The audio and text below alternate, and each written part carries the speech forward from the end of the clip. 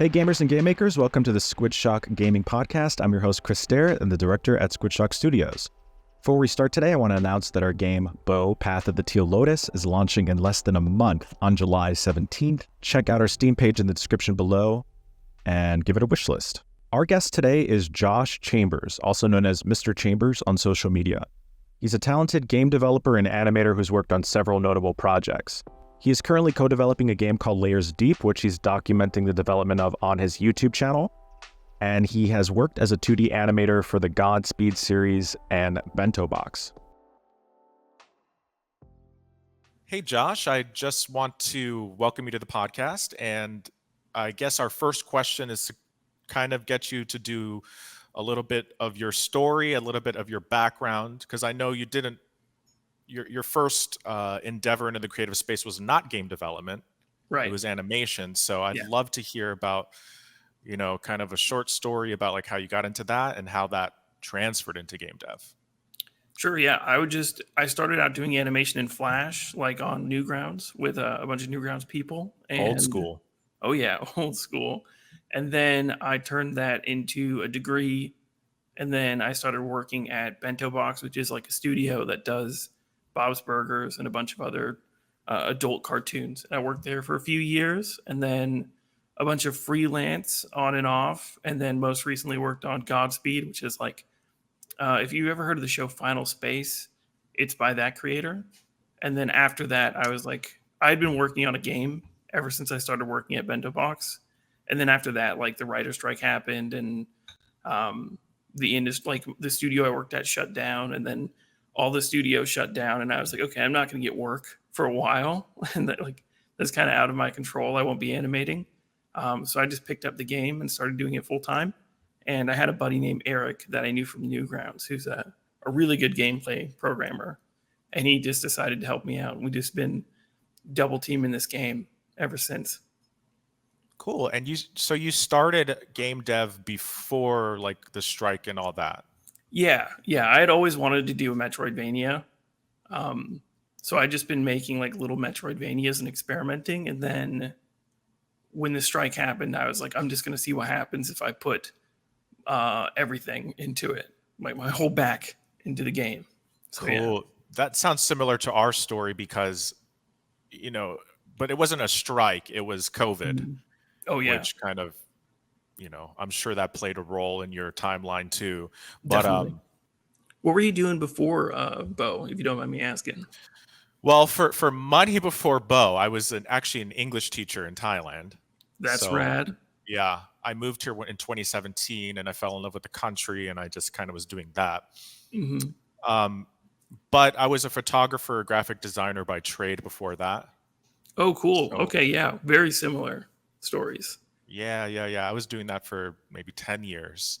So rad. Always in kind of the creative field, but yeah, what a great first endeavor too. Bo's fantastic.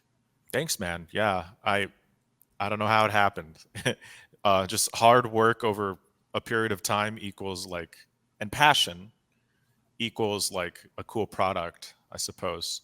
Yeah. So I've been looking into your game ever since I found out about it, and I see that you cited Over the Garden Wall as a huge influence, and I just want to nerd out with you about that for a second because like that series, I remember watching it for the first time when it first came out. My friend just like, oh, check this out. It's kind of different. It's kind of like a different vibe. Yeah. And I wonder like what particular facets of Over the Garden Wall resonated with you so much and how you hope to recreate that same atmosphere or vibe in your game. Oh man, these are such helpful questions. You're like allowing me to like pitch the game. That's so nice of you. You're killing it. But yeah, it's like, so mainly the music. I love the music so much. And luckily we got the blasting company, the people that do the music for the show are going to be doing the music for our game, which we're really stoked on. And also the art, like Pat McHale, his art, and then Nick Cross, the art director. I've been nerding out on their work before that show even became a thing, and like I would just like study their art and try to emulate them. So I mean, it's only fair that like I'm taking a game I love and a show I love, and I'm trying to like put them together.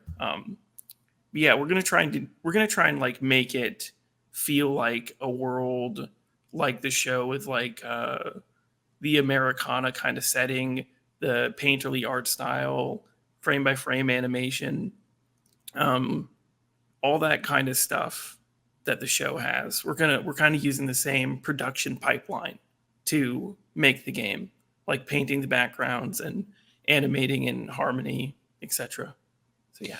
It is a very cool kind of concept to explore because I don't think you mentioned it, but your game kind of takes place in the deep south, Yeah. Yeah. right? And kind of if you had to pinpoint like a city or state of reference, like Mm. what would you say?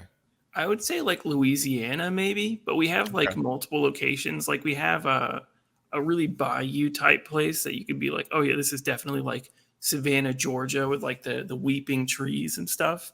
And then we have like a docks area and like a more north area. So it's like you could probably, like you're playing Red Dead 2, map out what part of the U.S. each location is inspired by.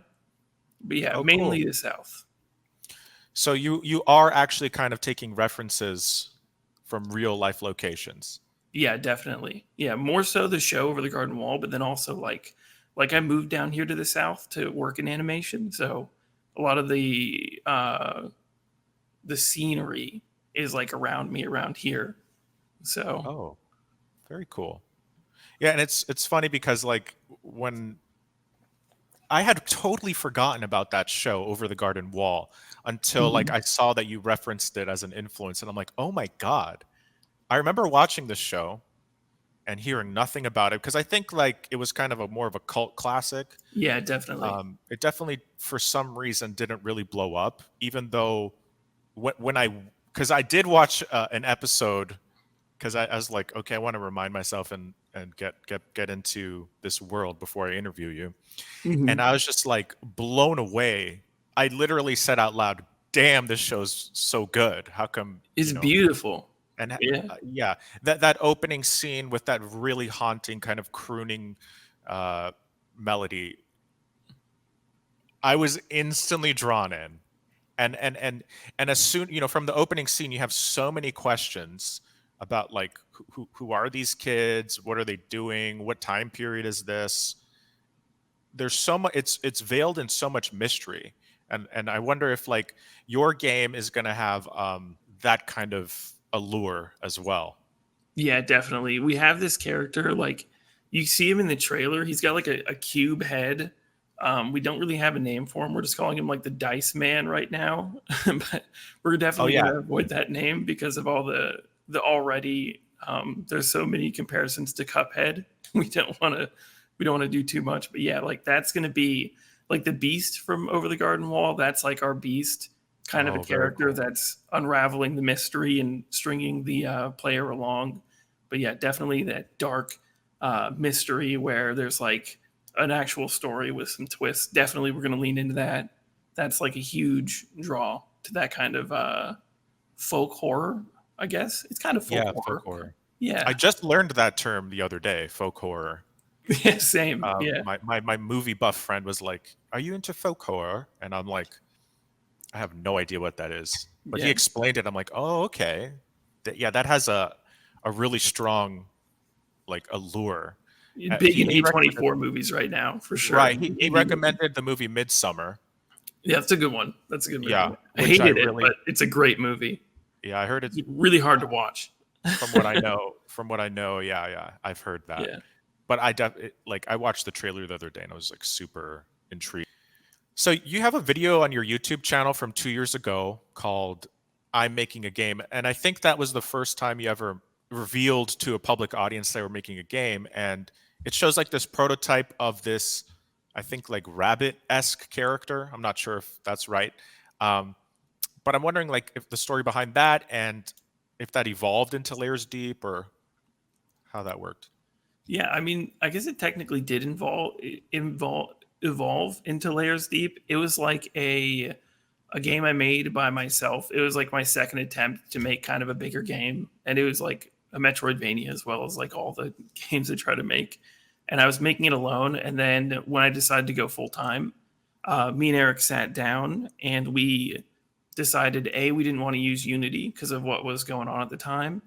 And B, we just didn't think that that game had a stylish hook. So we kind of just redid everything in a new engine. So it's like a completely new game. So you were using the Unity engine for that prototype, I was, yeah. and then because of all the drama that happened with Yeah. Unity, you switched to Godot, correct? Yeah, yeah. I still like Unity, but it's like Godot is so easy to learn, and I'm like I got artist brain, so it was like coding with GD script felt like baby's first language. So it was like I was like, oh man, I could do this, and there's like a whole signal system where I can just kind of plug things in and make animations play without needing to write any code, and it was like really fast. And I was like, I don't know if I can go back to Unity with how baby friendly this is. And when you say artist brain, that's a cool term. What do you mean specifically by that? Because I think I might be in cahoots with you on that one. Yeah, we're definitely in cahoots. But yeah, I mean, I'm just like an artist by trade. I failed math almost every single time I took it, so I just never learned how to code. And now I'm like 30 years old, learning how to code. I definitely need some training wheels. For sure. And I guess GD script is a little bit more like a visual scripting Um, situation. yeah, I want to be careful what I say because I'm not like too smart, and I don't want to make people upset with my ignorance. But it's like, Yeah, I don't know anything about it, so yeah, totally. There's like this thing called signals, which I didn't like at first, but it's like it's not visual scripting, but it kind of is. Like you can just plug things into things, like the logic, without needing to write any code. But then also you can attach a script to those things. It's really hard to explain. I kind of understand. There's something called Playmaker in Unity. Oh yeah, that I I used think Playmaker for a little bit back is in it the similar Unity. to that? In concept, yeah, I think Okay. Playmaker is way more robust. Like that is actual visual scripting. Like Godot, you still need to write scripts, but signals help make those scripts happen faster. I guess I should say.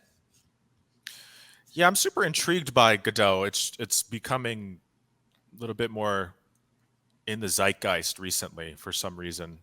Have I you think tried it? that YouTuber Brackies came out and he was like, "I'm a Godot guy now," and it's like, okay, Yeah, I'm watching I, those tutorials just for fun, just to support the Brack man. cool. Yeah, he's a great. He's like the godfather of like our generation of game devs a little bit. Yeah. We definitely watched his videos to learn about things for Bo. Where would you say that you were in like your development timeline? Where would you say you are at this point in time? Right now we have like a vertical slice. It was going to be a demo, but we decided against releasing the demo. We just wanted to make an area one. We're like modeling a lot of our development cycle off of Hollow Knights, just like what did they do? How were they successful doing it? It's like they made the Forgotten Crossroads, and then I think they went to crowdfunding after that. So we kind of did the same thing. We don't have like a big huge map. We got like maybe 15 rooms, and then 10 of them are like beautiful and trailer ready. But yeah, like the entire systems are like built to where I can get an enemy up and running in like an afternoon just with like some of the beautiful modular systems we have. Pretty much like the foundation's there, and all we just need to do at this point is make content. So yeah, pretty early still, all things considered. Yeah, but I think you're further along than people might perceive because you're kind of doing a lot of things right just from what you just said, like the modularity of everything. Oh, totally. Like when I was alone, I was very artist brain. Like I would just like get things working. Yeah. But when Eric came on board, he's like, I'm going to make this easy for you, and I'm going to make systems so that if you want to get an enemy going, you don't need to bother me. And like he just put in a ton of work at the beginning, and is now just like he's almost like at a point where he can provide tech support for me just making art and enemies. And like if I want to get a boss going or whatever, like I could do it pretty quickly. and with a lot of drag and drop stuff. Like he made programs inside of Godot. He's freaking brilliant. I'm lucky to be working with him, so that all the credit of that goes to him. Yeah, it sounds like you all are really on the right track. Has he worked on other games before that have shipped, or? Yeah, so he's like done a bunch of free games like on Newgrounds and Itch and stuff. The only like big commercial game he shipped was a game called Frame Game, which is like an animation party game that you make a drawing and then the next person makes another drawing, and then like at the end you all like flip the drawings together, kind of like TKO Oh, that's really cool. in Jackbox, except animation based. And yeah, he's like done a bunch of other stuff. He's built his own engine in Java where he's like making like an engine where you can make games inside of a web browser. Yeah, So he's one of those programmers. yeah, he's really good at what he does. Yeah. As soon as you say like making your own engine, I'm like, okay, this guy's serious. He's done multiple engines, like for fun. Multiple and for fun. That's how you know you got a good programmer. Yeah. When they're making engines for fun. Yeah. So you talked a little bit about the development process so far. I wonder like what your biggest challenges have been creating the game. Mainly marketing, I think. I don't know.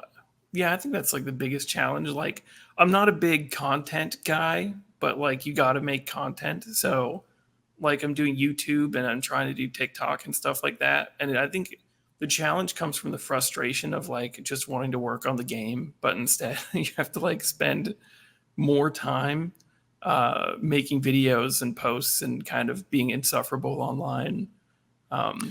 Yeah, well, I wouldn't call it insufferable, first of all, but I don't agree with that. But yeah, you are a YouTuber, correct? And your YouTube channel is MrChambers, Yeah. right? So guys, go subscribe and check out his videos. They're really cool. I watched a few. Oh, thanks. So you have experience with doing these kind of videos, and I imagine they take an extraordinary amount of time because I have whatever little experience I have. I'm just like, how do people do this and make a game? It seems almost impossible.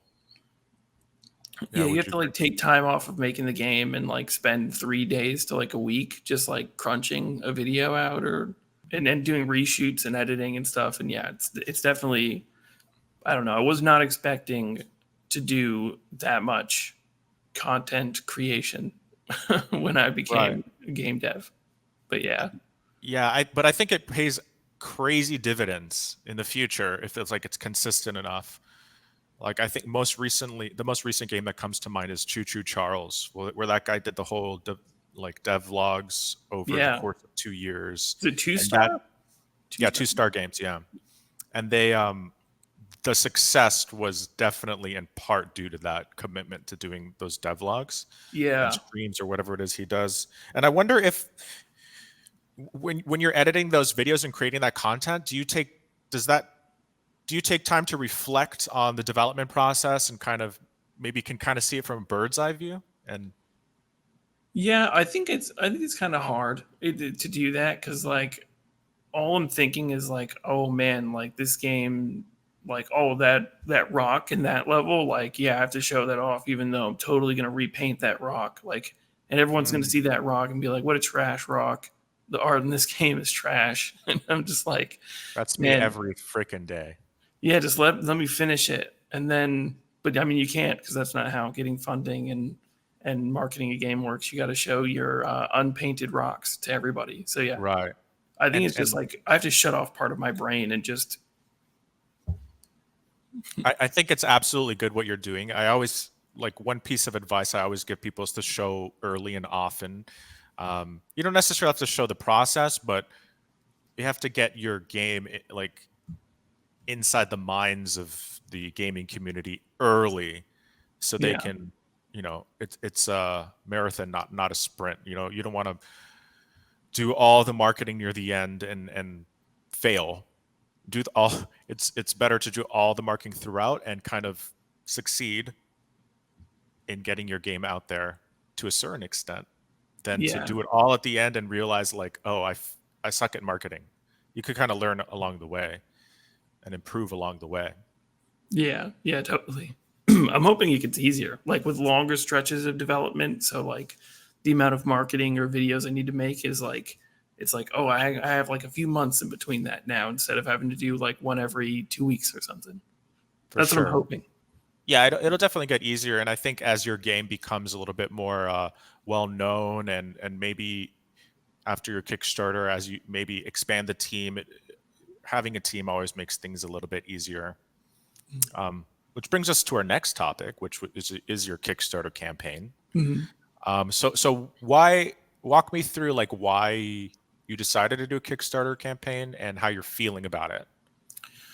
Oh man, so we decided to do it because it just seems like the best way to get funding without having to like pitch to publishers. um, Also, just like I was just living off savings, and I was like, okay, when I get to a certain point, that's when we'll try and get funding, and then if like we completely fail, I'll just go back to work and then just work on the game part time. So it was like I figured I might as well try and see if we can make this game full time.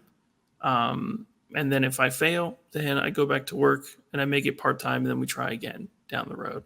So that's what I thought. That's my thinking behind it, I guess. Cool. And I think one really overlooked benefit of doing a Kickstarter is how much of free marketing that is. Hmm. Of course, you get money, but the marketing, I can speak on behalf of like our studio and how big of an event in the Bow timeline the Kickstarter was, because we went from completely unknown developers Yeah. to actually having a community. I remember the first day where like people started joining our Discord, which up until that point maybe had like 4 people in it, and 3 of them, it was one bot, one like racist dude that kind of is trolling or whatever, those kind of people. It's like 4. We had 4 people, I remember, or maybe a little bit more than that. And then what that day on the Kickstarter, when they all started trickling in with all the hype around the game and like really wanting to know more about it, all from the Kickstarter, it changed the whole vibe of the development process. Wow. Once you actually have people who are supporting and cheerleading for you, kind of, and not to mention all like the wish lists, and it's just like brought our game to the next level, because the Kickstarter campaign, they can reach like a crazy huge audience, and they have an aligned interest of showing that game to as many people on their website, Hmm. because they're taking a cut at the end of the day. So it's just way more than just the money that you get from Kickstarter. Like if you're an indie game and you're wondering if you should do one, just do it. Even if you don't get funded, it's gonna really improve your production timeline and just like the morale of the team, even if you don't get funded. I know it'll be kind of a bummer if you don't get funded, but it's great advertising. That's really good to hear. I feel like everything I've heard is like, oh, you need to have a massive audience and you need to bring a massive audience to Kickstarter or else your game won't get funded at all. So I've just been like really nervous the entire time leading up to the launch. Like, Well, oh man. I don't. You'd have to define massive. I do think there is some validity to that statement. I don't think it needs to be massive. I think we had about 1,000 followers, like who followed the Kickstarter landing page, Hmm. and I think we barely had 1,000 followers on our Twitter. It's with and 1,000 followers on a Kickstarter Steam page, not Steam page, Kickstarter landing page. I feel like is very doable, even if you're completely unknown. Yeah. It's more about like dropping that content nuke bomb of like influencers and stuff, and reaching out to people to get the word out at that time of launch, and looking Hmm. at the concurrent Kickstarter projects and using all of your networking to bring that project in front of as many eyes as possible. And if the trailer's good, if the key art is appealing, if the character is cool, cute, which in all of in all of those cases, I think that applies to your game, and the right people see it, then it's going to be successful, even if you don't have a following. Because I speak from experience. We didn't have a following. I mean, you guys had a killer game, Killer Hook. Well, I mean, if anyone wants to go, and I don't recommend this, go look at our original trailer. It's definitely very different from different quality level Yeah, it's come than a long way. I did look at the original trailer and compared it to the recent one. It was like, wow, it's like 3 times as detailed and everything. yeah. We took it to another level just because in the beginning we didn't know how if we were even going to finish this game or whatever. But that Kickstarter really kickstarted us, kicked our butts into to actually making a quality product, and I was able to finally realize all of these ideas and the level of detail and the art direction to flesh that out a lot better because of the Kickstarter. So you talked about like your challenges in marketing. Is there anything you feel like you're doing right so far, or and where can you improve, you think? We've had a couple like posts go kind of viral. I think I'm doing okay on YouTube. Like my YouTube numbers aren't crazy, but I think for game dev content, it's pretty good. I think I could definitely improve on reaching out to press and getting coverage of the game. I haven't been able to successfully do that, mainly because probably just because I'm not really good at it. Like I like accidentally reached out to someone with no subject line on the email, and I was like, okay, that's bad. So that's an L on that one. And then I reached out to somebody and or the next 3 people I reached out to had a press kit link that didn't work. So I was, so I was like, okay, so those 3 contacts, burned those. So I guess I'm just making a lot of rookie mistakes. And I don't know, how do you pitch a Kickstarter game for somebody to cover? It's here's a game that has a trailer but hasn't launched yet, and there's a sea of games launching right now. Would you like to talk about this one that is in prototype stage? So that's been difficult. I suppose another thing we can talk about, I think you mentioned that you wanted to talk about this, is like the current landscape with AAA and indie games. Like, where do you see the future of like the gaming industry? Oh man, yeah. I think I don't know if this is like my marketing brain, but I'm always like, oh, it's really good for anytime I could dunk on triple A's. Like that's just good PR right there for indies. But I don't know. I think a lot of big gaming companies are making the wrong bets right now. I think a lot of them are betting on like AI and live service games, and I think that gamers are kind of being very clear and vocal with what they want, and I don't think they're getting it. And I think it's going to be pretty bad for the industry, but I also think it'll be good for indies. I think there's just a change coming, and I think it's going to get hard before it gets better. You know, I don't know. I'm kind of I'm making my first game right now because I'm kind of realizing I'm listening to the words come out of my mouth and I'm like, what do you know about this stuff? But I don't know.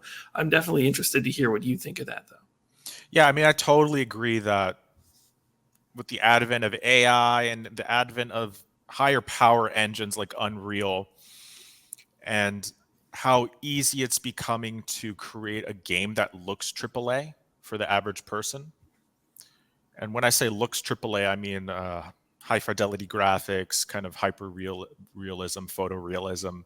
It's Yeah. becoming easier and easier to create a game that looks like that. So, like the way I see it is, games that look AAA, have that AAA look, are going to become less enticing to players just because of the amount of games that are going to come out with the same kind of style and look. We're going to start associating that aesthetic and that hyper realistic look with bad games. Yeah. Whereas in the past, that was like these games had millions and millions of dollars in budget, huge teams, because it was that difficult to kind of create a game that looked like that and run. The association was like these games are top tier, but we're slowly going to move, and those games are going to be perceived as lower quality. Yeah. Whereas games like ours that are hyper stylistic or hand drawn, frame by frame, are going to, in the minds of people, start being associated with games that are the people who worked on these games are passionate people, creative people who really put a lot of love and work into the game. So that's how I always saw it. I mean, I even saw it that way my whole life. I've always been drawn to a very more hyper stylized kind of game rather than a game that looked like Call of Duty, let's say. It's not even about the genre. Like I love Overwatch more than I love any other shooter just because of how wacky the character designs are and how, cell shaded and stylized everything looks. That's always appealed to me, and I think that's what people are going to be more drawn to, like in the near future. Yeah, I feel like gaming as an art as well, as an art form, is starting to kind of reach new heights. Like Hmm. that game that just came out the other day, I think it's Indica. I forget its name. Where he plays like a nun in like Eastern Europe trying to escape a church. Like it's wild. And then you have Alan Wake, and I feel like a lot of these games are just getting weird with it. And these are like bigger studios that are doing this too. And I think like people are responding pretty well to it. And I'm pretty hopeful for like gaming as an art form going forwards. I know you just kind of started in the whole game dev space, but you took that leap, and it takes a certain amount of courage and even audacity to take that leap. Confidence, maybe, is a better word, but audacity works. Yeah. Like, you kind of have to have a crazy level of confidence or combined with some naivety to Definitely. start a, because I know that's how I was to start a game dev. So I'm wondering if you had any advice for people who are thinking about starting a game. Yeah, it definitely helps to be an intelligent fool. Um, Mm. I don't know. My advice, I don't want to give the same advice that I always hear, which is like make smaller games first and then, do game jams, because it's like that advice is really good, but also it's like I don't just want to say the same thing over and over again. So I'd say all that, take the vanilla advice, and then I would add these like mods of like I don't know, game dev is getting pretty crazy, and it's like things are changing fast. So I would say you should do things your way. Like figure out like how to make games your way and make your specific mistakes and do like the weird things you want to do, and then be okay with failing. Like I grew up skateboarding, so like you weren't going to land a kickflip unless you were okay with the thought of maybe breaking your leg. So I think you need to have a little bit of that skateboarder mentality of like just go for it, and have a first aid kit ready if you get hurt. I don't know. In the beginning, when there was no stakes involved, other than like losing some of my free time, I wasn't scared of failing. But after the Kickstarter, the fear of failure really sinks in. I know we have a good product at this point, so I'm not like too afraid. There is this constant veil of anxiety about like the numbers or whatever, but I had a great time working on this game, and I learned so much about game dev, but I also learned so much about myself and how I function as a human being, how I respond to certain environments or like situations, Yeah. just all the problems you have to solve every day. There's nothing that equips you for like just life more than being a game dev. I feel like there's just so many things you have to fires you have to put out all the time, and constantly doing all this creative problem solving. It's really cool. It's like a Yeah. puzzle. With threat of money and losing a job, and not being able to employ your employees anymore with all that For threat sure. looming It's over so you. high stakes after a certain point. Yeah. It's crazy. I don't know why we do it. Yeah, so we're getting close to the end, but I always like to ask about video games. So what kind of video games are you playing right now? Oh man, this is gonna sound crazy, but right now I'm playing Skyrim for the first time, just because it's something I can unwind with and Mhm. chill. Animal Well was awesome. That was a 10 out of 10. I replayed Sekiro last night. That was fun. Final boss was really awesome. I love that final boss, but it's a miserable fight. But yeah, what about you? What games are you playing right now? Right now I'm playing Paper Mario Thousand Year Door. Oh, nice. Did that remake come out? Yeah, it came out like last week, and I played Rad. like an hour, like for an hour the first day, and then I couldn't play until like last night. So that, I mean, I'm super inspired by the Paper Mario series, particular Paper Mario 64. And Oh yeah, I see Bo that has a in lot of the Bo. same. Yeah, Bo has a lot of the same. Not even just aesthetically, but just the way the moment to moment plays a little bit. You know, the Mhm. mechanics are obviously very different, but so I'm playing that. I started Animal Well. There was the Nice. same situation where I only had time to play for like 20 minutes at the time, and then I had to put it down. Very impressed with that.